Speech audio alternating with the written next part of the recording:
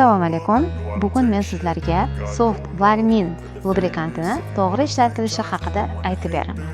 Suv asosidagi gel bo'lib, issiqlik ta'siriga ega. Soft varmin tabiiy namlikni to'ldiradi, intim sohani yumshatadi va yoqimli izohlik hissini beradi. Soft varmin ikkitasi birga bo'lib, ham namlikni to'ldiradi va tana massaji uchun ishlatiladi. U qon aylanishini faollashtiradi, teri sezuvchanligini oshiradi va jinsiy istakni kuchaytiradi. Lubrikantlarni to'g'ri ishlatish oson. Endi keling, lubrikantni qanday to'g'ri ishlatishni ko'rib chiqamiz.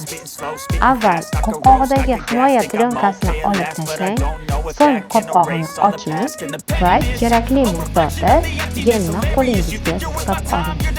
Lubrikantni ayolning tashqi jinsiy a'zolariga, ayniqsa qon kirish qismiga muloyimlik bilan surting. Shuningdek, gelni erkakning jinsiy a'zosiga ham surting va teng taqsimlang. Endi siz yaqinlikda noqulayliklarsiz zavqlanishingiz mumkin.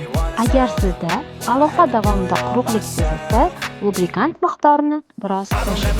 Tabiiy namlik yetarli darajada bo'lmasa, ishqalanish kuchayadi, qinda achishish, qichishish, og'riq va mayda yo'riqlar paydo bo'ladi. Lubrikantlar esa ushbu muammoni bartaraf etadi.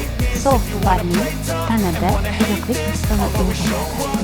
Bu issiqlik qon aylanishini faollashtiradi va tana sezuvchanligini oshiradi.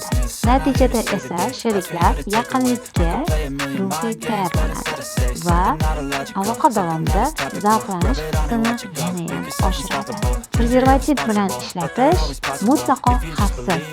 Agar sizda tarkibiy moddalariga allergik reaksiyalar kuzatilsa, unda geldan foydalaning.